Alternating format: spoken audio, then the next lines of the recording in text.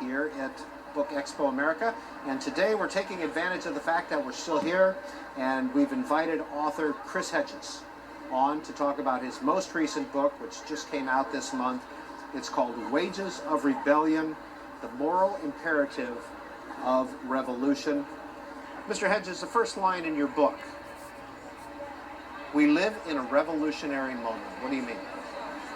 I mean that the ideas that have sustained the old system of global capitalism, laissez-faire capitalism, the idea that an elite accruing to itself massive amounts of money will somehow trickle down and make the middle class and the working class more prosperous has been exposed as a lie.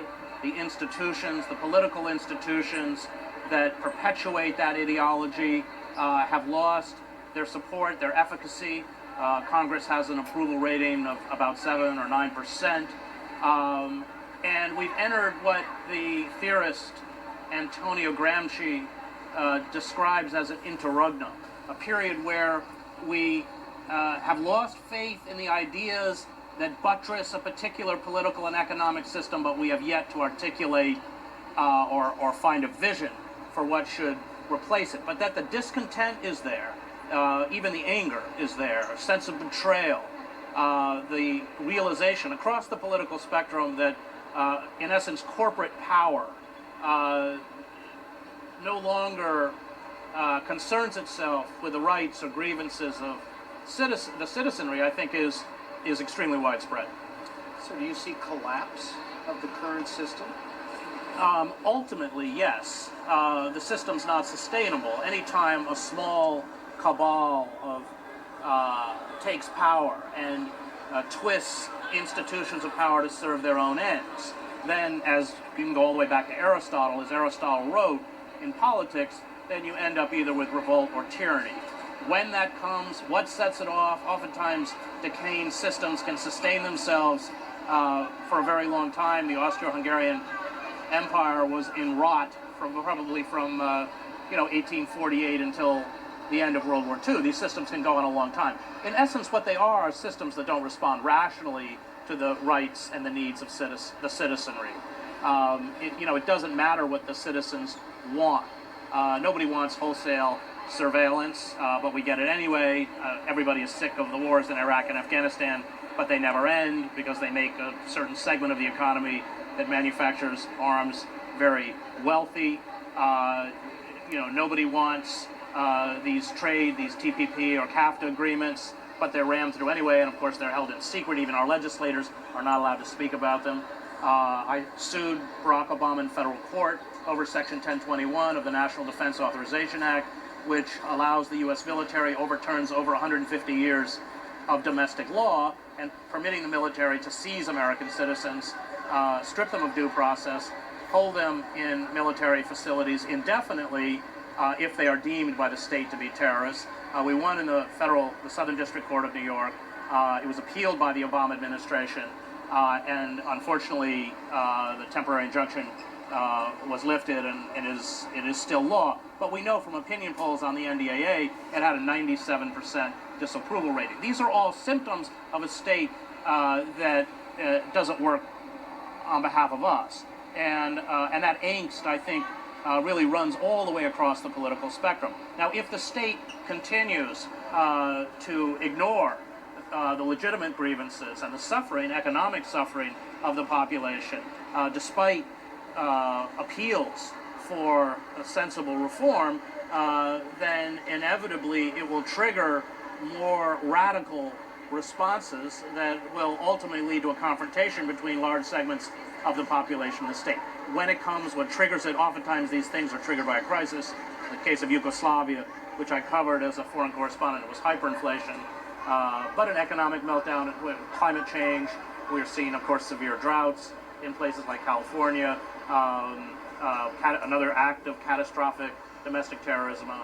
But anything that kind of, the system can't sustain a shock, and it triggers a reaction. I mean, I would talk about Black Lives Matter with all of these people walking through the streets of cities like Baltimore or Ferguson. We live in a country where almost every 28 hours an African-American man or woman is shot dead, lethal force, they're usually unarmed. We have videos of our police actually murdering unarmed civilians, and yet, despite the outcry, it continues. And we have in the last month seen a spate of shootings of police officers, one in New York, two in Mississippi, just the other day, and I'm hoping that these are just incidental, but if that becomes a pattern, I mean, that certainly would replicate the disintegrating societies that I covered. People reach such a level of rage that they finally lash out. But that's where we're headed. The state has turned its back on people like you and me. So how effective are some of these rebellions? Right. Black Lives Matter, Occupy Wall Street, Ed Snowden. Right. Well, they're effective in this sense. They expose the lie that the state uses, or the myth the state uses, to explain itself to the public. The idea that we have a right to privacy, and we know from the Snowden revelations we are the most photographed, monitored, watched, eavesdropped population in human history. And I covered the collapse of the Stasi state in East Germany. You can't use the word liberty when you are watched 24 hours a day by your government. That is the relationship of a master and a slave. And you never want to give any government that kind of power, because when they accrue to themselves that kind of power, coupled with militarized police, coupled with a legal system that essentially renders those the state targets defenseless, if they feel threatened, they will use all the tools at their disposal to protect themselves. So I say in the book, I begin the book by talking about past revolutions, and revolutions come in waves often. So you see what's happening in Greece affecting what happens in Spain, affecting what happens in Ireland and here and other parts. Revolutions, interestingly enough, are fundamentally nonviolent. All of the great theorists of revolution, I quote Crane Brinton and here and Davies and others, say that no revolution, I think this is correct, is successful until significant segments of the internal security apparatus defect or are no longer willing to protect a discredited power elite. So despite there was certainly violence in the Russian Revolution, especially anarchist violence, assassinations of Alexander II, etc., but what broke the back of the Tsarist regime was the Petrograd bread riots in 1917. They send the Cossacks, who were kind of the Tsar's enforcers. They refused to fire on the crowd. They fraternized with the crowd. The Tsar is rushed back from the front, and he has to abdicate in a railway siding in a carriage. Now, I watched the same thing in East Germany, and that was probably, up until our state, the most sophisticated security and surveillance apparatus, dwarfing even Stalin's Soviet Union. So Erich Honecker, the communist dictator, is upset about the street demonstrations in Leipzig, where 70,000 people are marching through the streets protesting the communist regime, and he sends down an elite paratroop division to fire on the crowd. They get there, they refuse to fire on the crowd. Honecker loses power within a week. The same thing with the Shah. As soon as the Shah flees the country, and then the armed forces in 1979 are no longer willing to protect the Shah, and Khomeini and the clerics are able to take over. That's how revolutions work. And it goes back to a 1978 essay by Václav Havel, The Power of the Powerless. Havel, of course, leading the Velvet Revolution, and I also covered the Velvet Revolution. I was in the Magic Lantern Theater every night with Havel and Klaus and Binsbeer and all these people who inherited the government. But it's that stating of a truth that becomes more and more obvious to the wider society, and obvious finally to those who are within the organs of power. And they no longer are willing to protect a discredited elite. And I have been involved with groups like Occupy, but I've been a fierce opponent of black bloc anarchists who taunt the police and will do property damage, because I believe that our greatest strength is, as Havel said, this living in truth, stating the truth.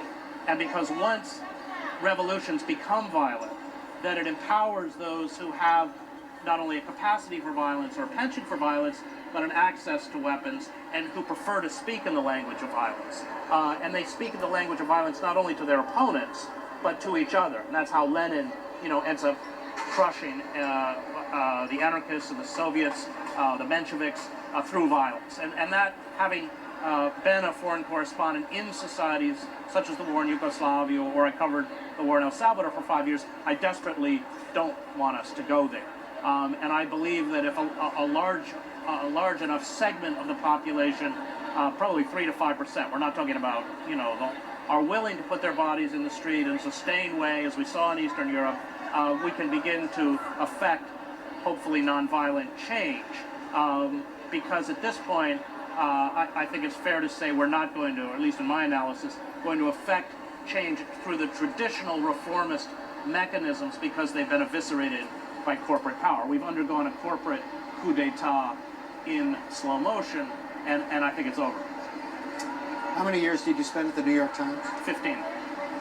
You've written about 10 books so far, 12? Yeah, maybe 14. I've lost count. Are we up to 14 now? This is the most recent, Wages of Rebellion, the Moral Imperative of Revolt. Numbers are up on the screen if you want to talk with Chris Hedges, 202-748-8200. If you live in the Eastern Central Time Zone,